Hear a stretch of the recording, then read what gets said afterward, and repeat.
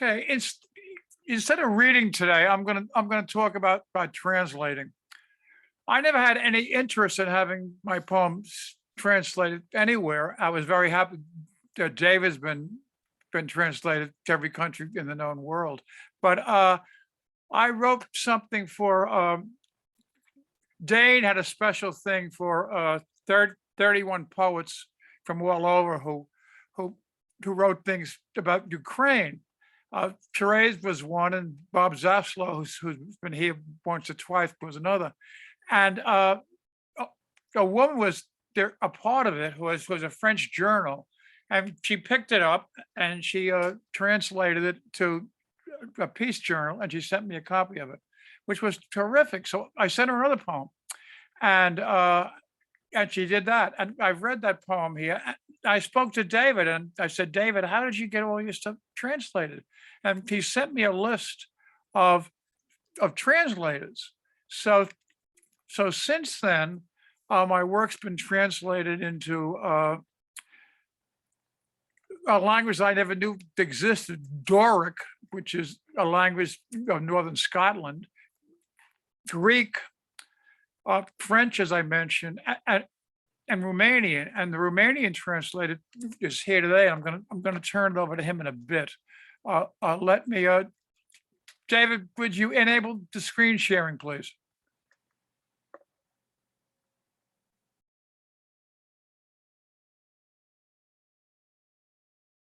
Okie doke, it's on.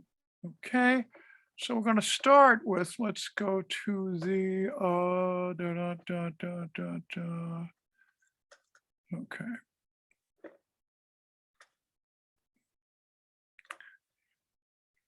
Let's see. It's supposed to be coming up. It did not come up. We have a bit of a problem. We'll do it again.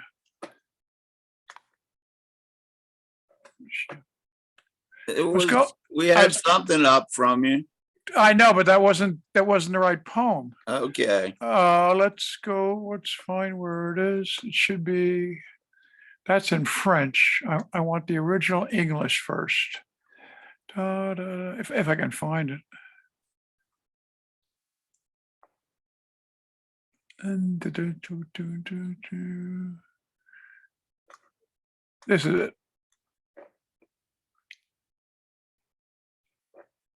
But I don't think it's come up yet, did it? No, do it again. The picture was there with the wall.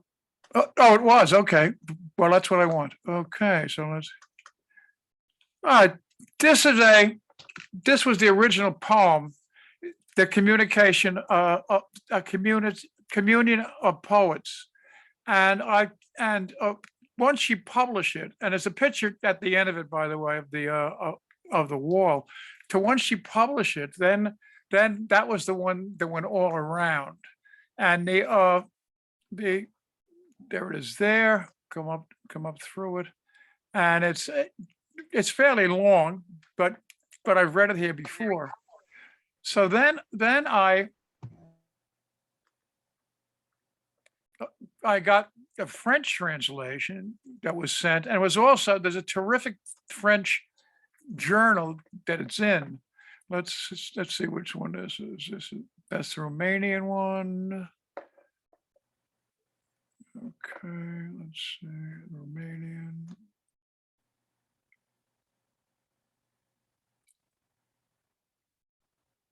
All right, we'll go up to this is the Doric one, which you may find, it looks very much like Old English, and it was translated by Finn Hall, who was a poet that's obviously been here a number of times and has started some very unusual groups. This is the Romanian one, and I'm going to turn it over to the translator, who's going to talk about how he translated. I know well that the French translation is extremely good, because I've had people here that translate the other way into French.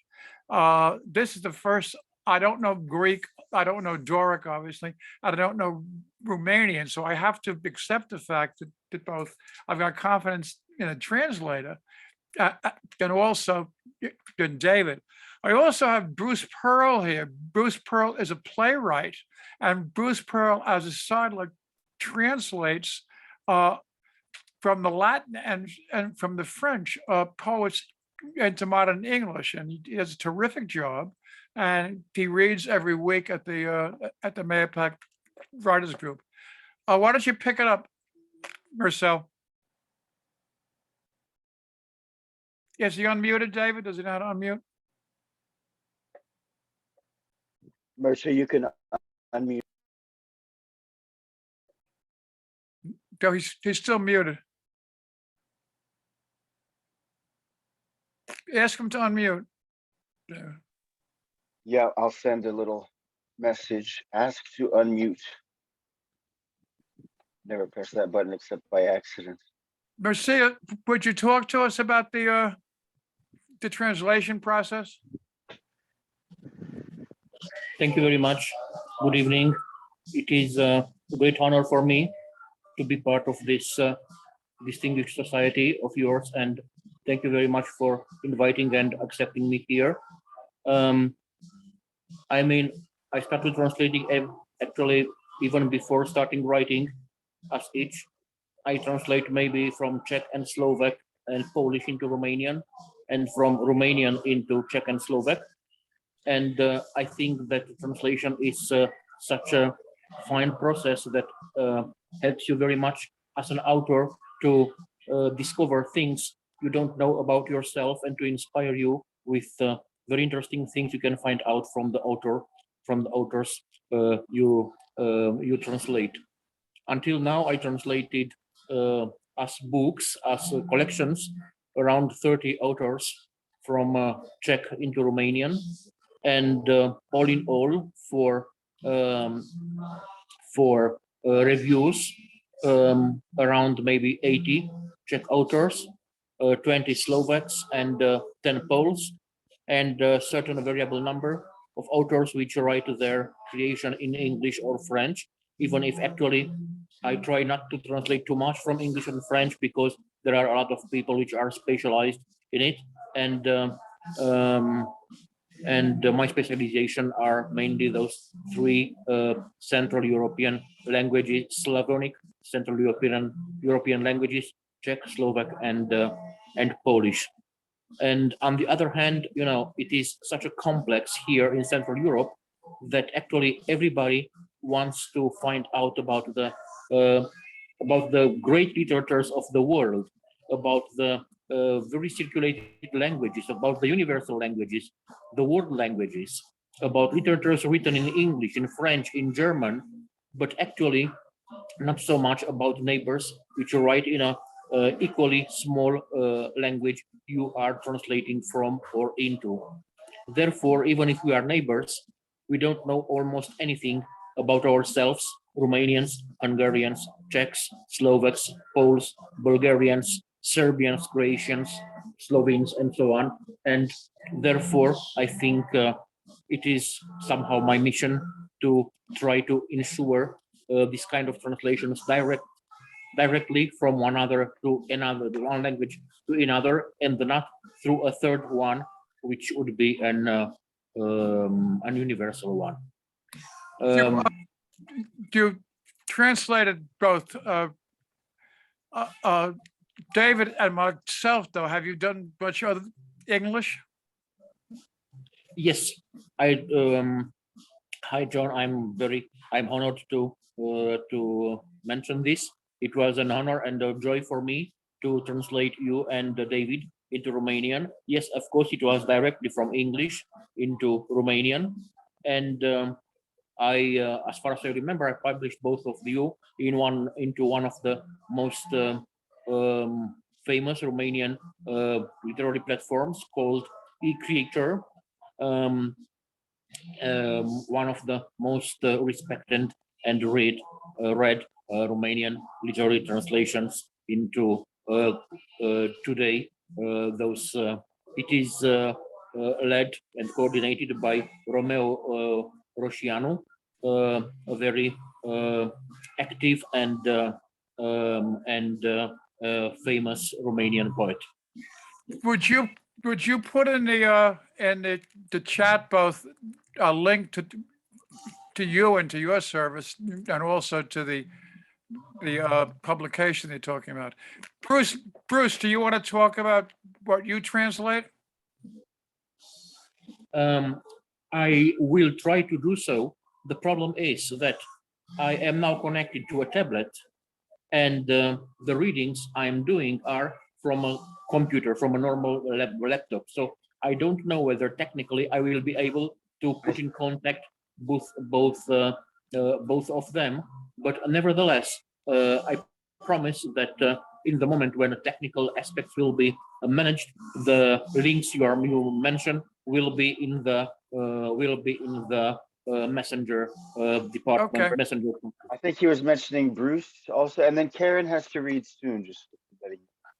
Just me, Bruce is translating. Just let me open it to him for a moment, David, and I'll give it back to you. Bruce, go ahead. So I translate poetry, mostly Latin poetry, and I've translated French verse plays, and in either case, just what I find, what my goal is, what I'm concerned about is, it has been said, and I only translate verse, whether it's a play or a poem, is that what a poem is what's lost in translation. So when you translate